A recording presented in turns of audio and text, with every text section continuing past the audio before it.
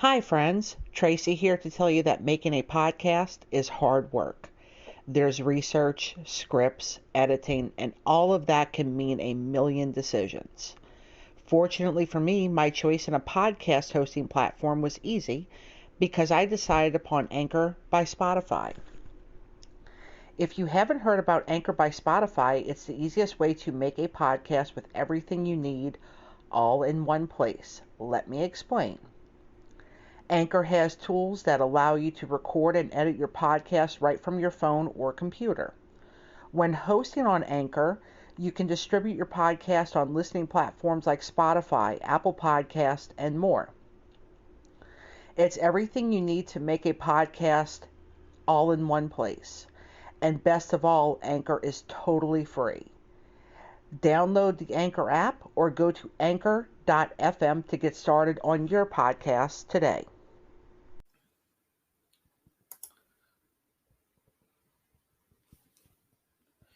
Welcome to Coffee Talk, a division of Crescent City Crime. Dear listeners, I'm Tracy. And I'm Brian. Welcome, as always, to anybody out there who might be a new listener. And if you are a recurring listener, then welcome back. We're so happy to have you. Yes, thank you very much. And of course, thank you to Lucy, who helps us run our TikTok. Thank you, Lucy. Now, if you are a new listener, about once a month we share historical facts about New Orleans, because even though we are technically a true crime podcast, there's more to our city than crime. A lot more to the city than crime. Yes. Even though it might not feel that way sometimes. Yeah, sometimes. Or people live here because of the culture. The rich and diverse culture that is New Orleans. We don't live here for the politicians, and we don't live here for the crime. That's very true. We do not especially live here for the politicians. No, we grin and bear it. We tolerate the politicians, unfortunately. But that's not what we're talking about today, are we? No, that's not what we're talking about. So we are talking about Canal Street. And if you've ever been to the city, or if you live in the city, then you've likely been on Canal Street at some point in your life, or even multiple times a week. Difficult for a tourist to avoid Canal Street. Well, anybody really. If you live here, you can't avoid it. Quite true. Now, Canal Street dates back to 1807, when the French surveyor Joseph Antoine Banache first conceptualized it. Canal Street has been referred to as the widest street in the world and is 146 feet wide. It's a very, very wide street. A canal linking the Mississippi River, Bayou St. John, and Lake Pontchartrain was planned in the common area, but it never came to pass. So that is why it is called Canal Street, but there was no canal. Yes, it never was. It received the name, though. It did.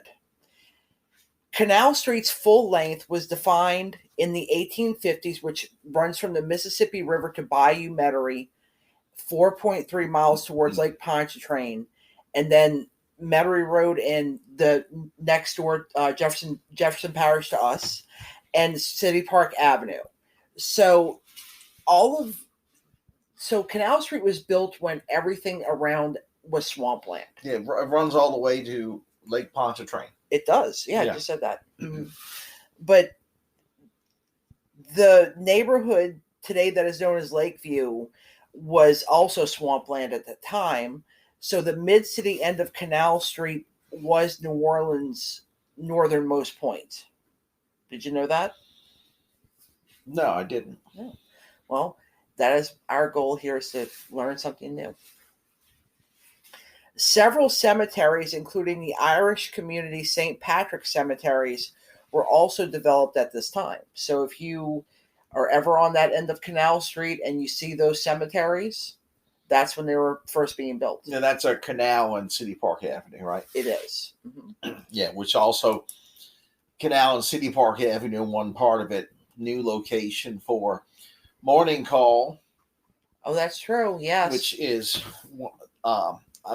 my opinion, the best place to get beignets in New Orleans, because they they use the sourdough beignet recipe, whereas the world famous Cafe Du Monde uses the buttermilk beignet recipe, which is actually easier to do.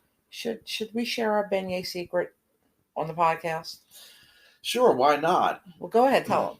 Oh, yes. When we were first seeing each other, I decided to impress you on making homemade beignets. And what little did you know, my homemade made beignets, which you weren't allowed to come into the kitchen because they didn't want to divulge the secret, was actually a can of large, just regular buttermilk biscuits the store brand would do. Nothing fancy, no flaky layers or anything, or butter tasting, butter flavored. No, buttermilk, plain buttermilk biscuit jumbos that you cut in half. And 8 will get you 16, and you flatten them out, and you deep fry them, preferably in peanut oil, around 400 degrees temperature, I believe, until they're golden brown. And it doesn't take very long. I think, like 5 seconds on each side or something? Close, yeah. Close to that. And then just after you get them out, not long after you get them out the grease, you put the powdered sugar on them, and there you have buttermilk beignets. You can do this in any town in America where you could buy canned buttermilk biscuits. That's true. Yeah. So but the sourdough recipe that you have at Morning Call is a bit more difficult to execute than that. That's true. But you won me over on the strength of your alleged beignet recipe. Yes. There you go. There you go, dear listeners. So now, listeners, yes, you have the secret on how to make your own buttermilk based beignets. And if you ever want to woo somebody and you want to impress them, that's probably an easy way to do it, especially if the person you are into loves food. Oh yes, and don't forget, you have to press them flat. Yeah, press them flat. Yeah, before you deep fry them, and if they're jumbos, you cut them in half. You can take the can outside and run it over with your car. They'll flatten them pretty nicely. All right, so back to our actual topic. The first retail outlets in New Orleans were in the French Quarter. So starting with the Riverfront and Decatur Street to Charter, Royal, and Bourbon Streets. Various merchants and traders opened up single-purpose shops and offices to service the growing population. So that was the very first shopping mall in New Orleans, was technically the French Quarter. Yeah, the Vieux Carré, which was also the first neighborhood, and they were the oldest neighborhood in New Orleans. And it was also a neighborhood where only Creoles lived at the time. Oh yes, and of course, this is close to a port. Now, regarding the Port of Orleans, it's a key fact that some tourists don't really understand. There are tourists who believe that the Port of Orleans is a direct port to the Gulf of Mexico. It is not. It is a river port. That's right. You have to, from the Gulf of Mexico, you have to enter the mouth of the Mississippi River. Right. To get to the Port of New Orleans. And for reference, the Gulf of Mexico, the biggest Louisiana coastal town that is actually situated by the Gulf is, I believe, Grand Isle, right? Yes. Yeah, shout out to Grand Isle, which if you are a person who makes their living fishing or shrimping or any of that stuff, you probably live in Grand Isle. Yes, and of course the reason why there's really no direct port to the Gulf of Mexico is because that's marshland. It is marshland. Very, very swampy, not suitable for a port. That's correct.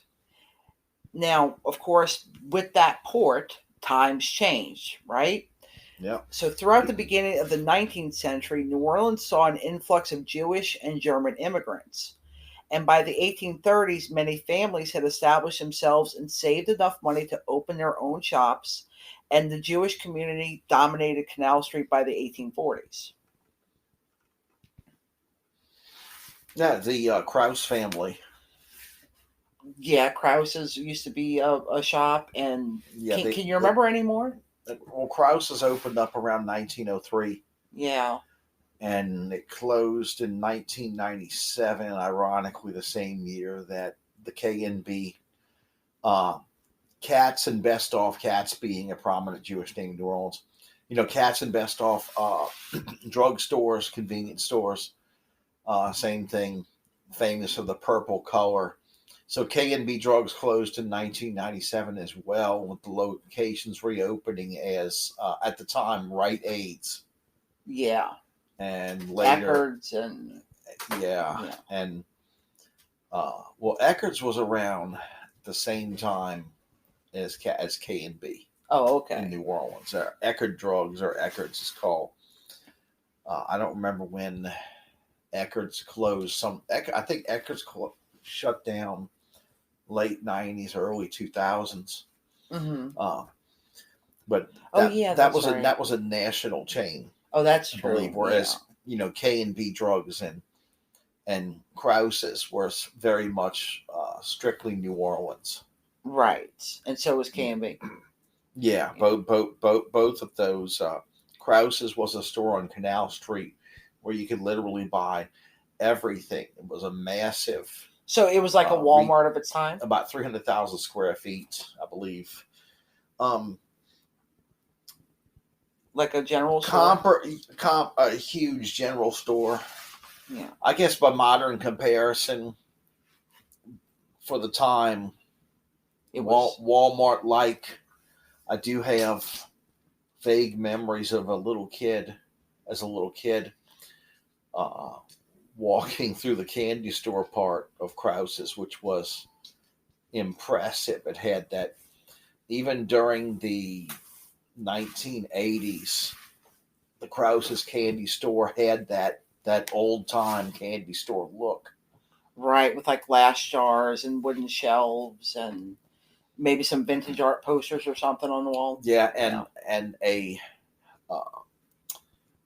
see-through glass, I guess you could say, display case where you could see stuff like fudge.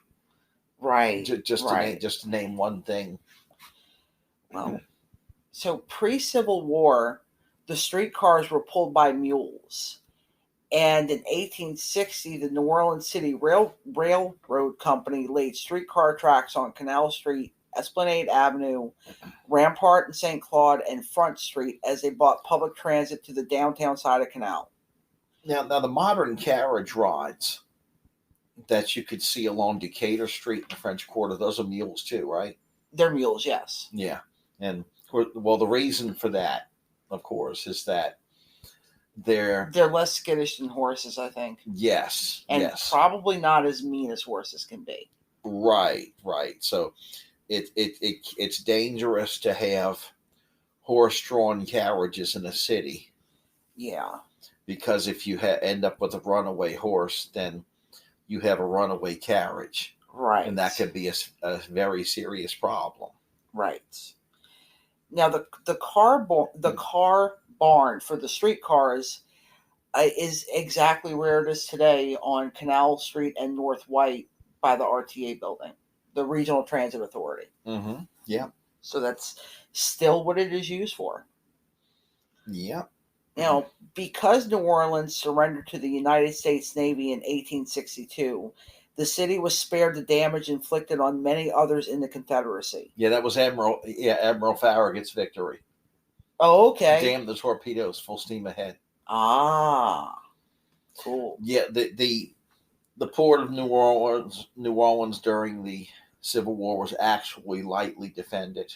Right. Farragut knew that if he got past the emplacements, then the city would be his. Right. Because the city's infantry defenses were extremely light, low in number, and very underpowered. The militia that was, quote, I'm saying this in quotations, defending was primarily armed with shotguns. That's just a little bit of Civil War trivia there. Well, I'm glad you knew that. I knew you had something to contribute. Oh, yeah. So, with the surrender of New Orleans, the port reopened, and while things were not going well for the Confederacy as a whole, the New Orleans economy began to recover.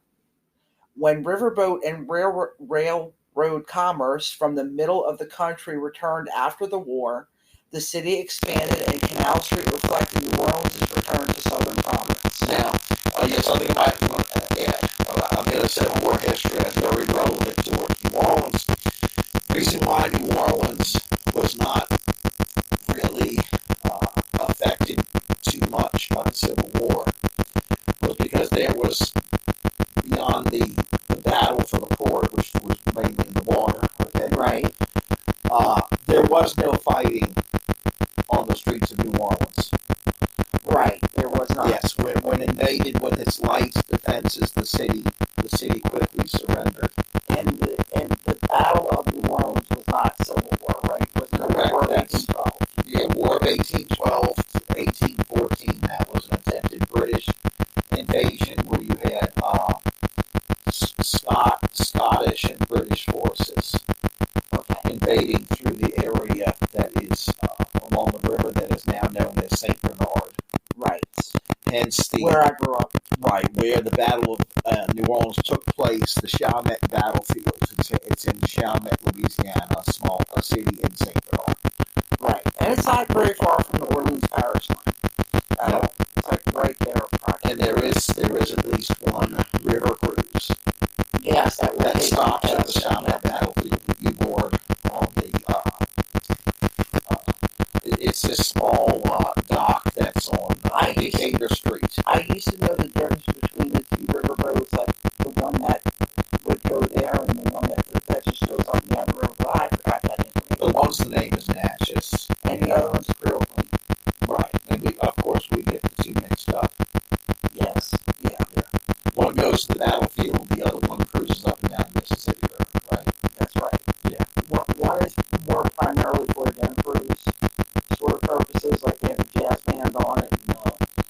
Oh yeah, and a buffet. And a buffet, yeah. That will probably have Creole jambalaya. Yeah, which is tomato based. Yeah. Essentially, and kind of like a tangy type flavor, whereas Cajun jambalaya is cayenne pepper based and has a brown color to it. Right. But for some reason on the riverboat cruise, probably a nod to the early Creole history of the Bouquet. The jambalaya they serve is Creole jambalaya. Very good. The first half of the 20th century was the heyday of the department store. So this is when department stores were new. Guy Cho's, D.H. Holmes, Mark Isaacs, and Maison Blanche anchored Canal Street. Then you had specialty stores like Gus Mayer, Rubenstein's, and others such as Woolworths and Cress's. Yeah, now a notable history. Woolworth is remembered as like a general type store, like a dime store, right? Yeah, that had a lunch counter. Mm-hmm. Okay, oh, yeah. Where you'd sit on the stools. Right. You order from the counter, and you could get just about anything. You could get breakfast, lunch, dinner items, dessert, ice cream. There were a few tables, but a lot of the working class people would sit at the lunch counter, and that's most remembered for the controversy involving the Jim Crow era. Oh, you mean when people would have sit-ins? Well, the sit-ins were a protest. Right. Because black people for a long time were not allowed to sit there. To sit at the lunch counter. Or you had to use a different entrance than white people, and you had to have a different restroom too. Yeah. And even as a high school student, making a connection on a public transit bus coming home from school, I'd walk past Woolworths and look in, and I'd see who's sitting at the lunch counter. But I never actually sat there and ate anything ever. I don't, to this day, I'm not sure if that was because of the stigma I felt about some of the history of that lunch counter or not. Well, one day we will go into the history of the lunch counter. Yeah. Now, those department stores thrived until right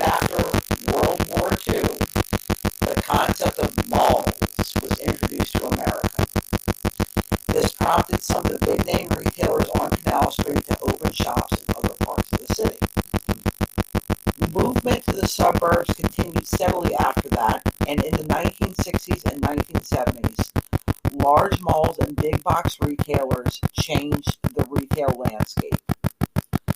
Unable to compete, the major retailers of Canal Street were forced to close down, and without those big anchor stores, the smaller stores were also put out of business. Yeah, there was also a music store on Canal Street proper called Werlines. Werlines. Okay. Yeah, they would say Werlines. The big sign said Werlines for music. One of the big things that was purchased, one of the big ticket items that was purchased there were pianos. That was a big specialty for Werlines. They had at one point moved away from Canal Street, and they maintained a store on Veterans Highway in Metairie in Jefferson Parish. The big, workers' domicile to New Orleans suburb.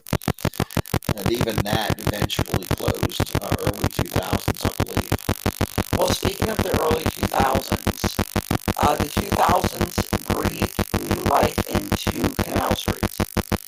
Developers converted those old buildings into hotels, restaurants, and other businesses took over the smaller stores, and Canal Street still thrives today. In recent years, there was a revival of the Sanger Theater and the Joy Theater. Hotels, condos, small businesses, high-end shops, street merchants, and Harrah's Casino, and the proximity to the French Quarter is what keeps Canal Street alive today. It's a very eclectic mix now. Yeah, I remember during the 80s when I went to and into the 90s, once again, while making connections coming home from school, one of the places I frequented was a bookstore called B. Dalton Bookstore on Canal Street that had 2 floors to it. Yeah. You take the stairs or the elevator. It was a massive bookstore, the 2-story. Although Barnes & Noble is actually quite comparable to the old. And it is 2 stories. Yeah. Or at least ours is. Yeah, ours is. Yeah, Barnes & Noble is quite comparable to the old B. Dalton books. And was Borders, they had 2 stories as well, the one that was closest to us, right? Yes, although the Borders that was in New Orleans was a converted funeral home on... It was Uptown, right? Yeah, Uptown on world-famous St. Charles Avenue. Yeah. And I think they kind of just Louisiana Avenue. And they kind of just built it, and then Borders went belly up. Yes, and now the old converted funeral home is a 2-story supermarket, a location for the Fresh Market. Oh, that's right. Which is a nice, small, organic chain. They have really good fried chicken. Supermarkets, yeah, great bakery too. I actually prefer the Fresh Market to Whole Foods so much because it's more affordable than Whole Foods. Yeah. Well, Whole Foods is not also called Whole Paycheck for nothing. Yes, that is correct. And it's like the gourmet, the deli sandwiches at Fresh Market are really good. Yeah, they're really good, and they're a bit more affordable than what you find at a Whole Foods. Yes. All right. So that is more or less our history of Canal Street. I mean, of course, this had to be short because if not, we'd be here for hours. But Brian, do you have any final thoughts? Well, another Canal Street memory I have was as a little kid going to see the Mr. Bingle show. The Christmas guy, like he looked like a snow cone or something. Yeah, little Christmas character. Yeah. It looks like a white snowman with a a waffle cone on his head. A waffle cone on his head. And he's got like a sprig of holly around his neck or something. And a cherry nose. Yeah. So the Mr. Bingle was a popular stuffed toy for kids, given at Christmas time in various sizes. Okay, you could get a Mr. Bingle just about any size, including a 5-foot-tall Mr. Bingle, I believe. And there's like a big Mr. Bingle in City Park where they do their Christmas in the Oaks. Yeah, that was amazing. I'm sorry, Celebration in the Oaks. So it was the one on Canal Street that had the auditorium where kids could sit and watch the Mr. Bingle show in the month of December. And and everything, and you get these cupcakes to eat. Well, I do like when I worked at my last job, I did like that I would actually get off of the streetcar several blocks from where I needed to if the weather was nice and just walk down Canal Street. That was nice. Yeah. I like doing that. Yeah, it's fun even today, even though the Canal Street of today is not as fascinating as the Canal Street of yesteryear and times before that. Right. Because these days it's mostly hotels and touristy shops, a few gourmet type of shops, a couple of ones that they do gourmet ice cream and candy. Well, they also have a couple of coffee shops on Canal Street, and they also have a Levi's. A Levi's, no, but I was going to say some restaurant, but I can't remember the name of it. I'm sorry. Palace Cafe. No, Palace Cafe. But no, I was thinking, no, Fogo de Chaco. It's, you know what I'm talking about, right? Like a steakhouse or something. That must be new. It is fairly new. Yeah, it is. It is new. What is it? A Brazilian steakhouse? Brazilian steakhouse. That's it. Yeah. But the Palace Cafe is more significant because it's linked to one of the Brennan families. Yes, it's a Brennan family restaurant. It's a pretty casual dining establishment. Yeah. That does have some of the exact same menu items, especially when you're looking at appetizers or crab cakes, for example, as the world famous on Washington Avenue.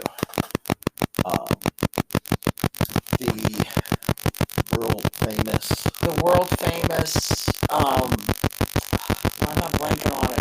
Are you talking Commander's Palace? That's it. Commander's Palace. Yeah. You know I was blanking on it because we've never been there. And Commander's Palace is very pricey, very old fashioned, but the casual choices that some of which are also made at Commander's Palace, you could get on a much more affordable budget at Palace Cafe, right, on Canal Street. All right. Well. Okay. Well, thank you so much for listening, everybody. And we hope that you enjoyed this history-packed episode. I think you got more than you bargained for. And next week, we're going to return to Murder and Mayhem to discuss another serial killer that used Louisiana as a hunting ground. So join us next time, dear listeners. And until then, be safe, be kind. Remember that we're all humans and don't park next to vans. If it's dark, it's dangerous, and you don't feel safe, don't be there in the first place. And if you are talking to law enforcement in an official capacity and you are not a witness or a victim of a crime, lawyer up.